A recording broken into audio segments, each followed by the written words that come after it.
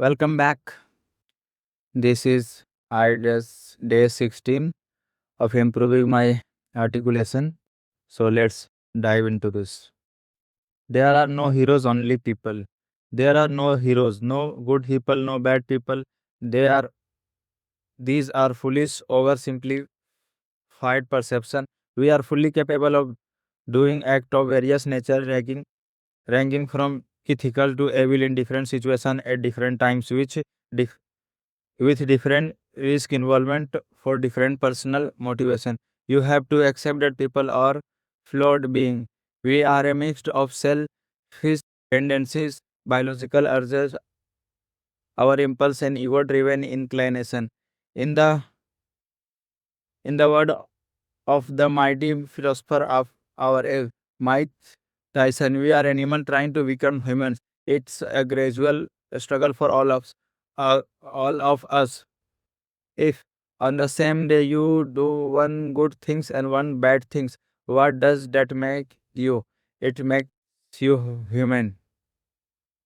When you stop seeing people as either good or bad, you expect everybody to be human. This means you are not shocked at learning that at a particular somebody who appeared to be all nice, gentle, and kind has done some bad shit to people. You might find out that a man you thought is great and wise is unfaithful to his wife.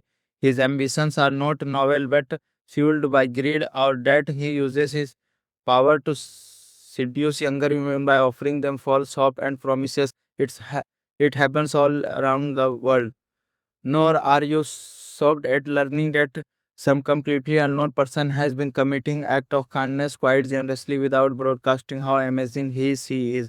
And doing that doesn't make them heroes either. We start seeing people as people and expect the unexpected from them. When you develop this healthy escapism, you become aware of the fact that you live and work among people. Neither Bollywood nor holy bad. You learn to appreciate act of charity and kindness without awarding titles of goodness to them. You do so because because you recognize the same person might have a tendency to act in a way that may not be acceptable, appropriate, or sensitive to others. Here is an example. You have a colleague in office who goes out their way to help you with your work. For this, they have your appreciation and gratitude.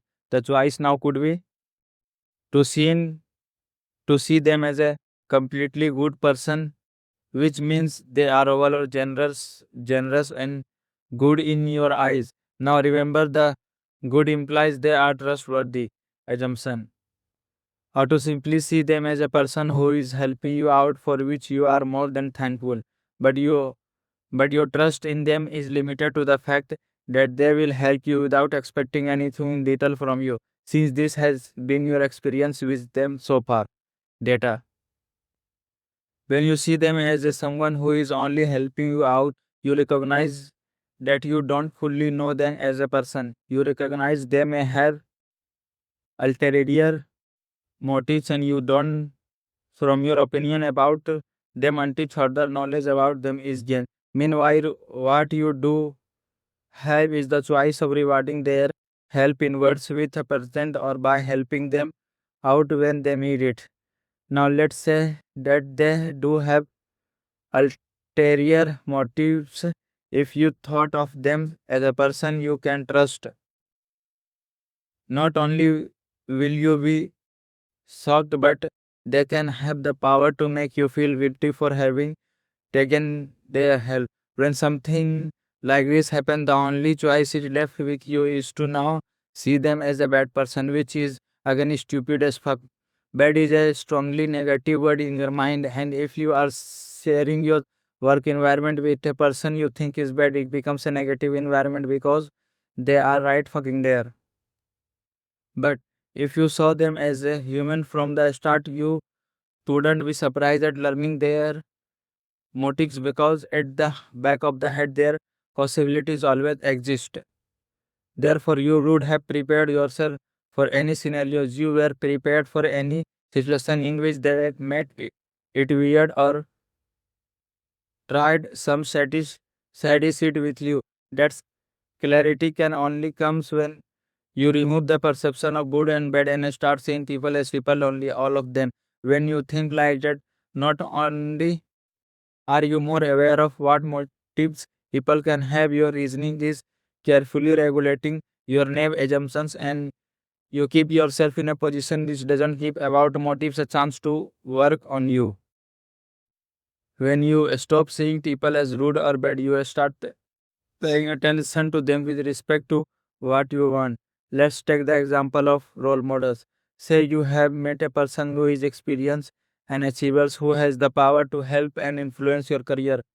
You want their guidance, actually, you want as much as help you can get. When you realize there are no heroes, only humans, they remain just people in your eyes. The process of idealizing them or romanticizing them as heroes stop. And with this, you stop granting them the armor of ethics. They have intrusive at what they do, hence they are my heroes, hence they are good. That doesn't make any sense, but we think like this a lot. When you stop this, you become like every other person. You start seeing them as flawed people instead of perfect thing. Therefore, your eyes focus instead on the relationship between their capabilities and what you can gain from them. You don't become their followers, you behave in guidance by expecting of what they can offer with no comparison to your principle. Self-control and self-respect. As a result, they don't become the authority in your mind, yourself retain that position. Lastly, when you see people as people, you rely on data to find out who they are. You don't care about the impression they create or how people behave around them. For example, if you find out something you don't like, it is based on real data about that person. They have exhibited behavior. You don't want to associate yourself with the problem with faultily labeling them as good is that you close all the possibilities of them having any alter- ulterior moves for which they might be helping you. When you see them as a person you recognize, you don't fully know them. Therefore, you don't form any opinion until real data on them is gained. To go to Mike Tyson again, everyone that you fight is not your enemy, and everyone who hurt you is not your friend. There are no heroes, only heroic action. There are no heroes. There are heroic action though. This exception of being a hero is projected on people by you. It's an expectation that any sane person would rarely choose for themselves. The title of being a hero can very easily ruin a person's life because it comes with the expectation that all their action, all their decision and relationship and every single behavior in their past and present must be pure and good. Any instance for their past that reflect the action of a greedy, selfish, arrogant, and three Julys or lustful person, characteristic that people are known to have, can not only dismantle their title of hero but defame them for the rest of their lives. So once you call a person a hero, they are qualified from being human anymore. We should admire heroic action, encourage them, and celebrate them. We should aspire towards incorporating them into our lives. But we should leave those people to be people and to act like people. That's a great thing they are doing. I really admire it and aspire the person from your dumb expectation and assumption regarding things you have no data about. Hopefully, you will no longer hand over your authority to people because they had the capacity to impress you with power and knowledge. Keep your authority to your own nation. Now, what about those people who you believe are heroes and saviors of humanity? Let's talk about them as well. Chapter 13. Admire never follows. Admire never follows. Never follow. What about the perfect people you follow? Your heroes are people. This means no matter how glamorous, impressive, commanding, rich, celebrated, famous, and respected they are, they too have feelings and flaws just like you do. They too cry, itch, and mourn like everybody else. They too struggle to do many things and face disappointment. They too have inner demons. They also wonder what's the points of everything and question their achievements. They too have regret, which they could have done same thing differently and make mistake. They are humans after all, aren't they?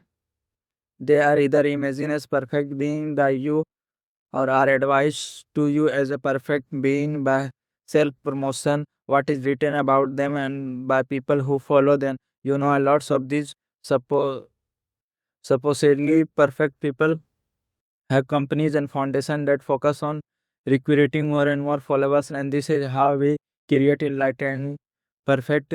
Then their perceptions could be based on either the stories you have heard about them, the huge number of their following, or the impact their speeches have had on you. So how many of these do you follow? Here is the truth. Nobody is perfect. But of course, you have heard this before from one of these enlightened beings, and when you heard this, you exclude them from that statement because if they were like everybody, they wouldn't have told you that nobody is perfect. Therefore, it doesn't apply to them.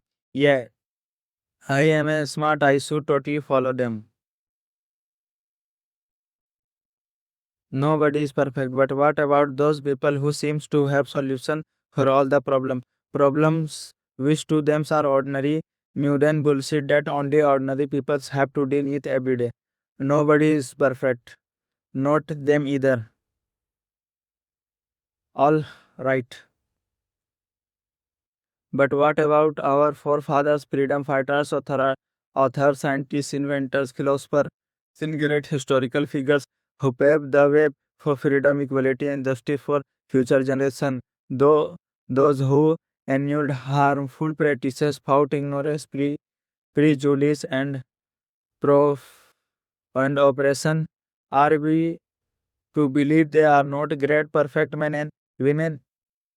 Women are the pioneer of new age invention technologies and advancement not worthy of being followed as a perfect example. Even the one who read with principle of non-violence and total inexclusiveness. No, none of them was perfect. They were all people with plenty of flaws, and you should never get the ideas of following them or no or anybody, because in the word follow comes the wish of emulating and becoming like them, and you cannot change and become who they are just because you would like to. It doesn't work like that. You will remain who you are. So it's better you to get in touch with that and work on it. What you can do is to take what you admire about them and try to bring that into your behavior and thinking as well. You can try that with the help of self control. What you should strive from is to be a mix of who you are, which comes by giving yourself the authority and what you admire about them. Although the need to follow somebody comes from admiration, there is a huge difference between say, I admire them and I follow them. Mhm.